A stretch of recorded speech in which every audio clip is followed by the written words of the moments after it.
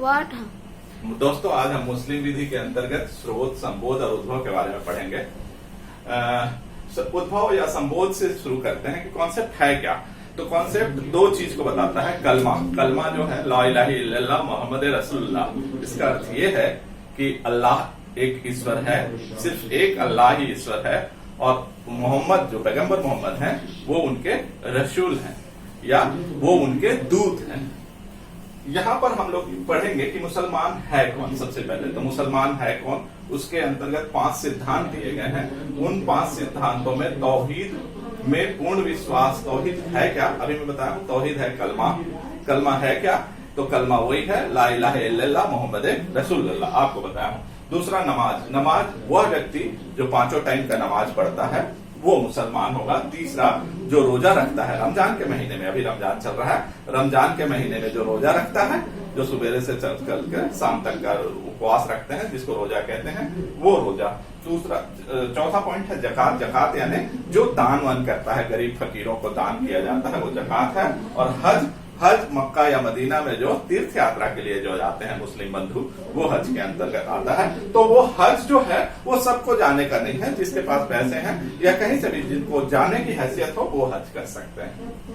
ये इसी के अंतर्गत मुस्लिम के अंतर्गत ही शरीयत आता है। शरीयत में धार्मिक आदेश है। शरीयत क्या है? शरीयत जैसे मुस्लिम विधि के बाद जैसे पैगंबर मोहम्मद साहब का भी हम चर्चा करेंगे कि उनके जन्म हुआ था। उनके पिताजी का नाम अब्दुल्ला, उनकी माँ के नाम रहीमा था। 570 ईस्वी में जन्म हुआ था और उनके पर्दा होना बोले जब उनकी डेथ हुई थी उस 632 ईस्वी में हुई थी। तो वो जो उनके बाद उनके में जो मुस्लिम विधि के अंतर्गत जो शरीयत आया वो धार्मिक आदेश है। शरीयत है क्या? तो शरीयत है जलाशय की ओर की सड़क, जलाशय की ओर सड़क या फिर ऐसा मार्ग जहां पर लोग पहुंच सके धर्म के माध्यम से, तो ये धार्मिक आदेश के अंतर्गत आता है। तो फर्ज ये है, फर्ज को हम लोग नॉर्मल भाषा में फर्ज पढ़ते हैं। फर्ज यानी जो करना ही चाहिए, एक मुसलमान को जो करना ही है, जिसमें नमाज वगैरह पढ़ना वाले जैसी चीजें हैं। हराम ऐसी चीजें हैं जो नहीं करने को या जिसको करने से इस्लाम मना करता है, जैसे शराब वगैरह पीना। तीसरा मंदूब है। मंदूब ऐसा है जिसको एक विशेष जैसे परिस्थितियों में नमाज पढ़ना, जैसे ईद वगैरह आता है या बकरीद आता है तो एक जगह नमाज पढ़ना, ऐसा है। मकरूह एक विशेष प्रकार की मछलियां हैं जिसको खाने के लिए मना किया गया है। और जायज वो काम है जो कर सकता है एक मुस्लिम बंधु। तो मेरा कहने का मतलब यह है कि पैगंबर मोहम्मद साहब के आने के बाद, जैसे पैगंबर मोहम्मद साहब आए थे तो उनके वो क्या किए, आए और उनके बाद रुकना कर दिए। हाँ, वो पैगंबर मोहम्मद साहब आए और वो जब हुए तो उनको शुरू से ही दैविक शक्तियां प्राप्त नहीं थी। 609 से 632 ईस्वी तक यानी 23 वर्षों में उनको दैविक शक्तियां प्राप्त हुई और वो दैविक शक्तियां ही कुरान के रूप में मिली। और कुरान जो है वो जिब्राइल नाम का एक दूत होता था जो पैगंबर मोहम्मद साहब को आके आकाशवाणी के रूप में सुनाई देता था। ये कुछ मक्का में हुई और कुछ मदीना में हुई। ये 23 वर्षों में जब पैगंबर मोहम्मद साहब गुफा में जाके रहने लगे थे उसके अंतर्गत और बाद में मदीना चले गए, वहां पर कुछ विधियां उनको प्राप्त हुई जिसके अंतर्गत वो कुरान आया। और उसकी हम लोग डिटेल में हम सोर्सेस में पढ़ेंगे उसको आगे। मुस्लिम विधि के स्रोत का अर्थ होता है, किसी भी विधि का स्रोत का अर्थ होता है वो मौलिक सामग्रियां जहां से विधि को प्राप्त किया जा सके। मुस्लिम विधि के स्रोत के अंतर्गत 2 तरह के स्रोतों की चर्चा की गई है। पहला मुख्य स्रोत और दूसरा गौण स्रोत। मुख्य स्रोत के अंतर्गत कुरान, सुन्नत एंड हदीस, इज्मा, कयास, ये 4 चीजें बताया गया है।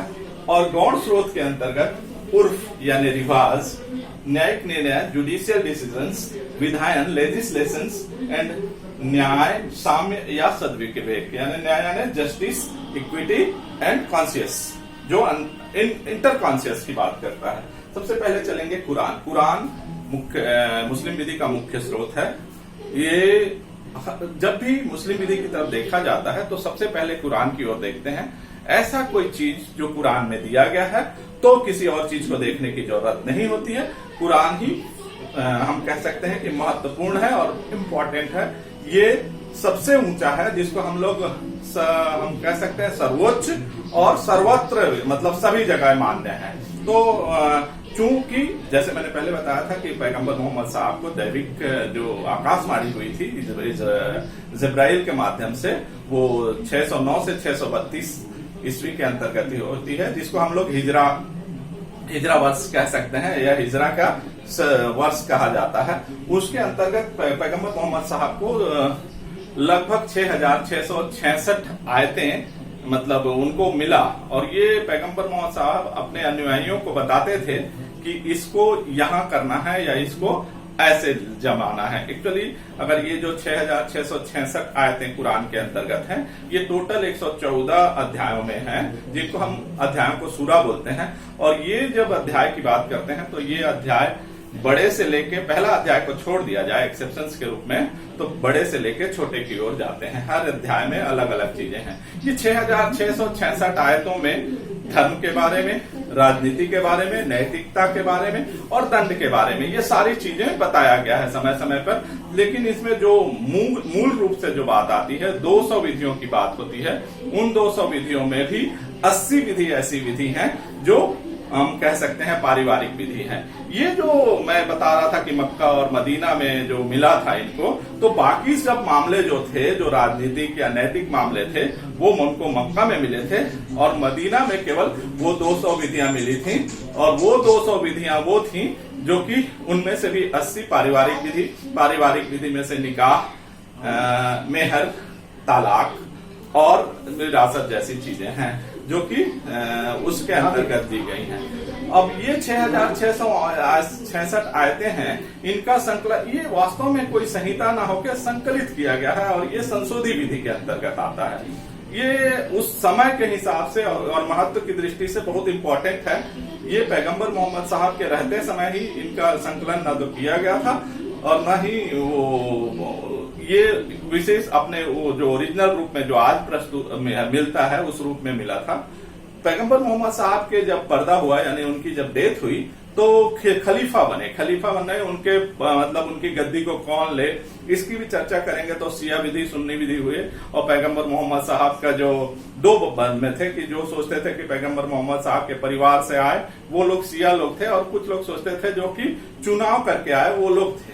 तो पैगंबर मोहम्मद के साहब के बाद जो खलीफा बने, जो उनके बाद जो तीसरे खलीफा थे, उनकी भी 2 साल के अंदर मौत हो गई थी पहले खलीफा के। तो तीसरे खलीफा जो उस्मान थे, वो सारे उनका पुनर्वलोकन करवाया, और उसके बाद जो साहिबियां थे, जो साहिब कहलाते थे, वो लोग सारा जो जितने भी मटेरियल थे जो इधर उधर रखे गए थे, उन सबको इकट्ठा किया गया, उसको जला दिया गया और उसकी एक प्रति बनाई गई, और वो आज भी वो ओरिजिनल प्रति मिलती है। और उन प्रतियों को बाद में जितने भी मुस्लिम केंद्र थे वहां पहुंचाए गए थे। तो हम कह सकते हैं कि कुरान आज भी अपने ओरिजिनल स्वरूप में है, इसलिए सबसे ज्यादा महत्व उसको दिया जाता है। और पैगंबर मोहम्मद साहब जब इसका वो कर रहे थे, मतलब जब उनको आयतें मिलती थी तो बताते थे कि इसको यहाँ रख दिया जाए या इसको यहाँ कर दिया जाए। अगर हम इसकी विशेषताओं के बारे में बात करें, कुरान की विशेषताओं के बारे में बात करें, तो ये समय और महत्व की दृष्टि से बहुत ही इम्पोर्टेंट है, और इसका सारे मुसलमान इसको पहला स्रोत के रूप में मानते हैं। दूसरा, इसमें राजनीतिक, नैतिक और दंड का है, और इसमें सामाजिक कैसा व्यवहार होना चाहिए, या कुरीतियों को कैसे, बाल विवाह चाहे जैसे वो जो कुरीतियां थी उसको बहु विवाह जैसे कुरीतियों को दूर करने का था, ये सारा चीज मानने लगे थे। और ऐसे ही इसके अंतर्गत जो भी चीजें थी, ये कुरान अपने आप में ही कहता है कि मैं सब कुछ इसमें रहेगा, कोई ऐसी चीज नहीं है, ये अपने आप में परिपूर्ण है। दूसरा, हम चलते हैं सुन्नत एंड हदीस।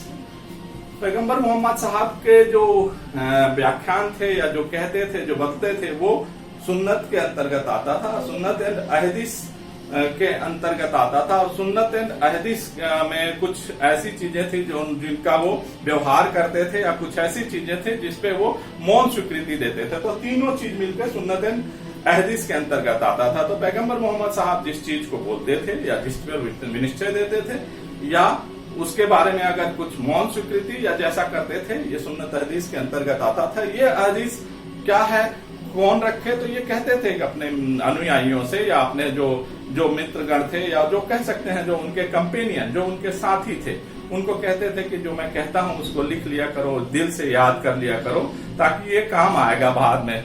एक जगह ऐसा आता है या कहा जाता है कि पैगंबर मोहम्मद साहब से पूछा कि आप जो कहते हैं वो सही है क्या? तो पैगंबर मोहम्मद साहब ही कहे थे कि दो तरह से आपको आकाशवाणी हुई है या दैविक वाणी हुई है। एक तो प्रत्यक्ष जिसको जाहिर बोलते हैं, और एक अप्रत्यक्ष जिसको बातिन कहते हैं। प्रत्यक्ष है जो पैगंबर मोहम्मद साहब बोलते थे, और अप्रत्यक्ष था जो कुरान के ऊपर था।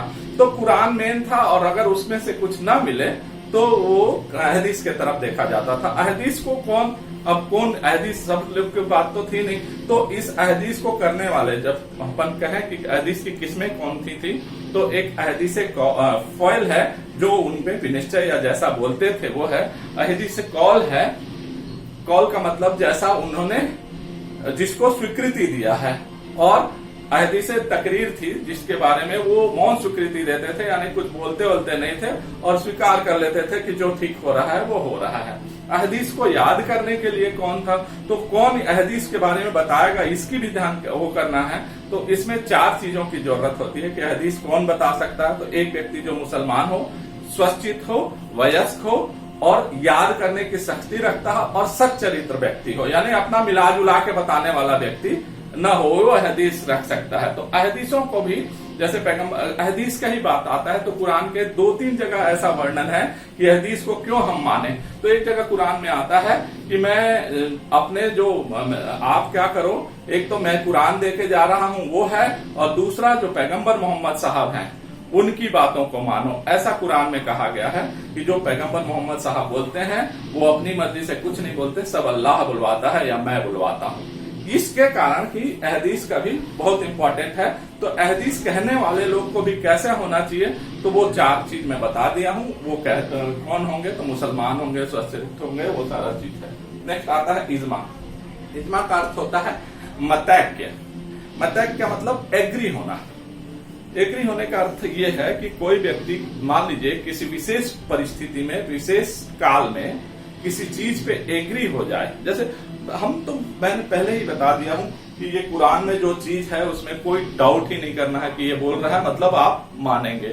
अगर कुरान में नहीं मिल रहा है तो क्या देखेंगे, सुन्नत एंड हदीस देखेंगे। अगर इसमें भी नहीं मिलता है तब क्या, तो यही ये आता है, एक और कुरान में ही वर्ड आता है कि आप अपने प्राधिकारियों का कहना मानो।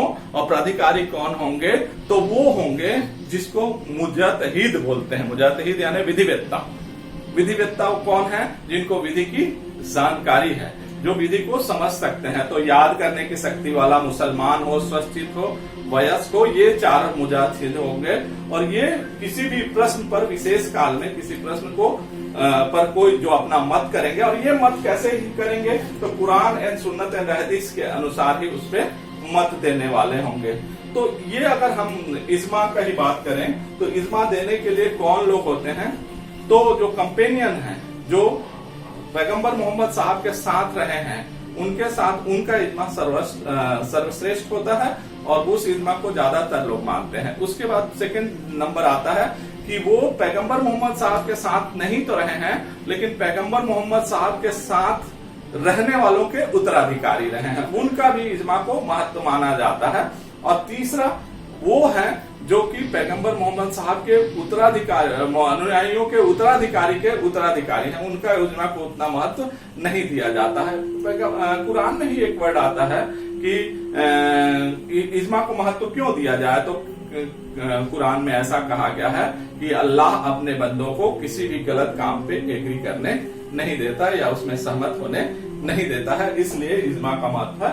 पहले इज्मा अब न तो विधिवेत्ता रहे हैं न कुछ रहे हैं, तो 10वीं सदी तक इज्मा चलता रहा है। उसके बाद इज्मा का ज्यादा महत्व अब कम हो गया है, क्योंकि इज्तिहाद जो कि मतैक्य देने का या विधिवेत्ता के द्वारा जो एग्री करने का या विचार देने का जो चीज है वो अभी अवेलेबल नहीं है, और न ही विधिवेत्ता आज की तारीख में अवेलेबल है जो मुस्लिम विधि को ज्यादातर जाने। कयास, नेक्स्ट पॉइंट कयास है। कयास का अर्थ ये है कि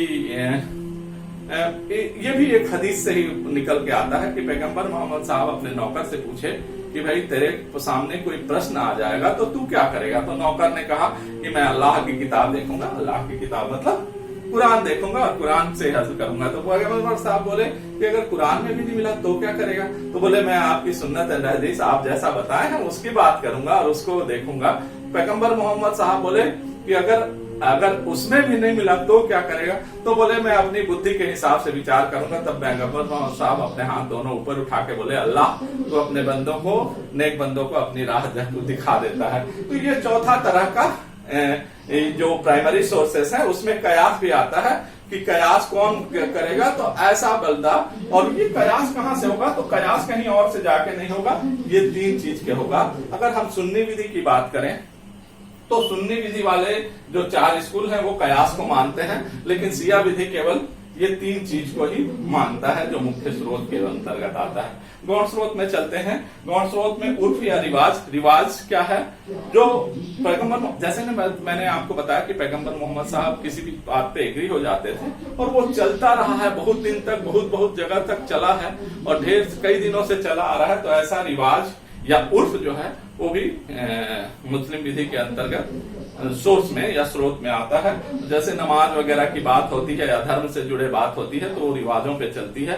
अलग अलग प्रदेश में, अलग अलग जगह में अलग अलग रिवाज चलता है। नेक्स्ट, न्यायिक निर्णय। आपको मालूम है कि सुप्रीम कोर्ट और हाई कोर्ट के जो आदेश हैं वो ये रिकॉर्ड ऑफ लॉ होने के कारण इनको रखा जाता है और इनका एज ए कानून के रूप में इनका उल्लेख किया जाता है। यहाँ न्यायिक निर्णयन में मैं 2 का बताया हूँ। तीसरा, प्रिवी काउंसिल के भी आदेश हैं जो इसके अंतर्गत आते हैं। और तो न्यायिक निर्णयन भी मुस्लिम विधि के सोर्स के अंतर्गत आता है। तीसरा, विधायन यानी लेजिस्लेशन यानी लेजिस्लेटिव कोई कानून बनाती है, जैसे वक्फ अधिनियम बनाया है, शरीयत अधिनियम बनाया है, मुस्लिम विवाह विच्छेद अधिनियम बनाया है, मुस्लिम महिला विवाह विच्छेद अधिनियम 1939 बना है। उसके बाद मुस्लिम महिला अधिकार विवाह विच्छेद अधिकार संरक्षण अधिनियम 1986 आया है। तो ऐसे विधायन जो है वो कानून के रूप में है। नेक्स्ट, न्याय, साम्य और सद्विवेक है। आपको मालूम है हम लोग इक्विटी और ट्रस्ट पढ़े हैं और उसके अंतर्गत चांसरी का कोर्ट होता था, जो कोर्ट उसके इंग्लैंड में, उनके अंतर्गत जो चीज कहीं नहीं मिला तो उसको सद्विवेक से, न्याय और साम्य के अनुसार भी उसको माना जाता है। तो ये भी लेजिस्लेशन के अंतर्गत आता है। मैं पूरा अगर इसकी बात करूं, मैं आज जो मैं आपको पढ़ाया हूं, तो मैं 2 मेन केसेस की चर्चा करना चाहूंगा।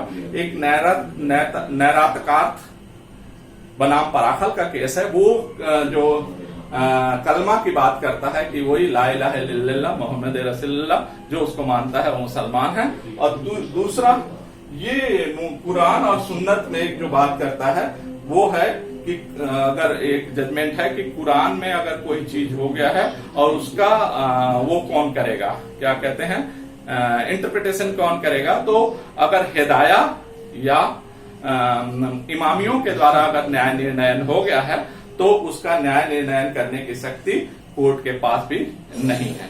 तो दोस्तों, आज हम मुस्लिम विधि के स्रोत पे अपना क्लास किए हैं और मैं चाहूंगा कि अगले क्लास में फिर आपसे मुलाकात होगी। आपका धन्यवाद।